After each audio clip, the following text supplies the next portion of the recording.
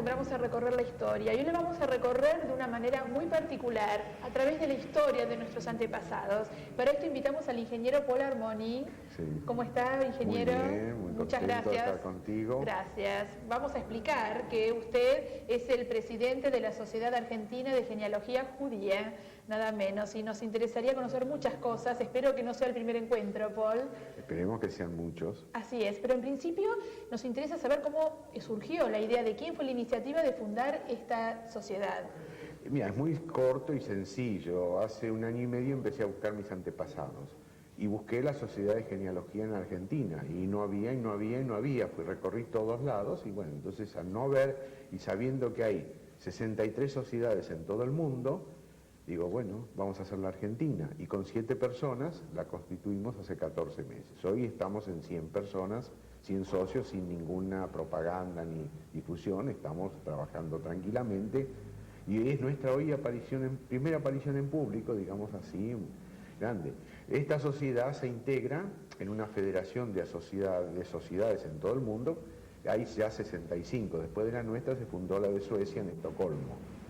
Bueno, estamos vinculados, hemos publicado ya 4 revistas, boletines, está por salir la 5ª, hemos hecho muchísimas investigaciones, ya tenemos una base de datos de los inmigrantes que llegaron a fines del siglo pasado a la Argentina, cerca de 11.000 nombres, estamos relevando el cementerio de Moisésville, hemos recibido de Tucumán, hemos recuperado listas perdidas de inmigrantes como la del barco Pampa, que no se sabía dónde estaba y la conseguí en Carlos Casares, la antigua colonia Mauricios, estaba perdida. Y bueno, estamos pese a todo, luchando contra todos, como Quijotes. ¿Cuáles son las dificultades? ¿Contra qué luchan? Las dificultades son la gente que se sienta en los datos. Los funcionarios de las comunidades argentinas creen que son dueños de las informaciones que poseen y que son muy valiosas. Hasta ahora estaban perdidas en los sótanos o están ahí, pero cuando alguien aparece pidiendo una información, entonces eso vale oro y se sientan y tienen miedos.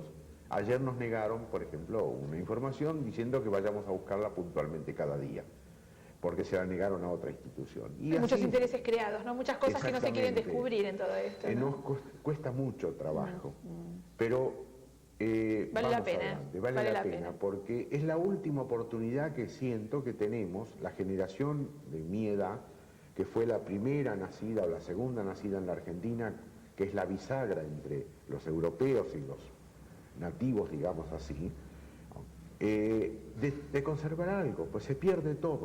Y Paul, ¿qué es lo que mueve o qué es lo que motiva a una persona a querer descubrir quiénes fueron sus antepasados? ¿Cuáles son las causas? Es saber la pertenencia de uno. Los judíos hemos caminado mucho, en casi 3.000 años y quizás antes también. ¿Y qué llevamos siempre con nosotros? Nada más que el recuerdo de nuestros antepasados, de nuestros padres, de nuestros abuelos, etcétera, y más allá hasta, digamos, hasta el pacto con Dios. Entonces, ¿qué es lo que nos hace sentir la pertenencia a algo? Saber quiénes fueron todos nuestros abuelos, quiénes nos dieron toda esta enseñanza. Antes se anotaba en los masó, en los sidur, se anotaba en las Biblias, casi se anotaba todas las herencias. Todo eso se perdió con los inmigrantes, que apenas salvaban lo opuesto, se perdió en los campos de concentración, se perdió en todos los exilios. Entonces ahora nosotros estamos tratando de reunir, y también en ese gran contexto mundial donde está Israel, Estados Unidos, Canadá, Sudáfrica, Argentina y muchos otros países del mundo, encontramos y reunificamos familias que ni siquiera saben que existen. ¿Qué es un árbol, perdón? ¿Qué es un árbol genealógico? El árbol genealógico es una especie de descripción donde, digamos, en el tronco se pone el nombre del abuelo más antiguo que uno encuentra y después va saliendo las ramitas, 2, 3, 2, 4, 8, como una gran progresión, van saliendo todos los descendientes. Y así se crean árboles genealógicos gigantescos, o sea, algunos en tamaño horizontal. Por ejemplo, hay un socio nuestro, Marcelo Benveniste, que es descendiente de la isla de Rodas, que tiene una base de datos con 2.000 posibles parientes. Claro, no llega más que a 5 generaciones. Cambio otro socio nuestro, que es de origen húngaro, Rubén Weiser, Él tiene un árbol genealógico que llega hasta el año 1070. ¿Por qué? Pudo conectarse con una familia rabínica. Entonces, las familias rabínicas, por razones religiosas, conservaban todos sus ancestros. Además, por la famosa cuestión de que el Mesías tiene que ser de la casa de David. ¿Y usted si tendría que recordar una anécdota, una historia, un árbol genealógico que lo haya asombrado muchísimo por las historias que descubrió? Vamos al mío. Hace un año más o menos, un poco menos, encuentro un socio, un muchacho que vive en la ciudad de Luz, donde eran mis bisabuelos y tatarabuelos. Y él, a pedido mío, busca en los libros y encuentra el libro donde está anotado el Brit Milá de mi bisabuelo, que nació el 20 de agosto de 1854 y le hicieron el bris el 27 de agosto. Encuentra su partida de defunción, va y encuentra la casa donde vivía.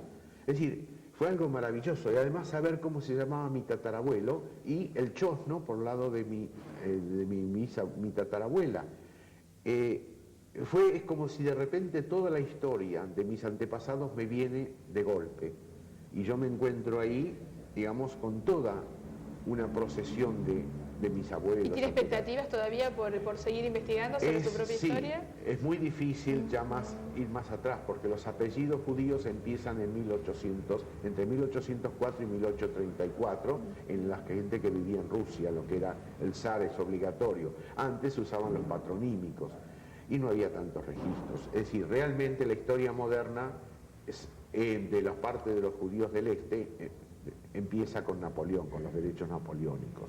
Los españoles no tenían apellidos de antes, los alemanes que venían de Checoslovaquia o de Sajonia también tenían, pero nosotros, los que venimos de Rusia o de toda esa zona, empieza en el 1800, empieza nuestra historia escrita, la que podemos reconstruir hoy en día. Muy bien, bueno, fue realmente muy interesante conocerlo, le agradecemos muchísimo y creo que la gente se va a quedar con muchas ganas de seguir aprendiendo de esto de la genealogía. Vamos a invitarlo otras veces, sé que en su grupo hay gente muy notable que puede venir también a contarnos sus experiencias, ¿no es cierto? Y sería muy lindo. La próxima vez contaríamos varios en un panel todas nuestras experiencias. Bueno, cómo no, los invitamos desde ya. Muchas gracias. Muchísimas gracias por venir.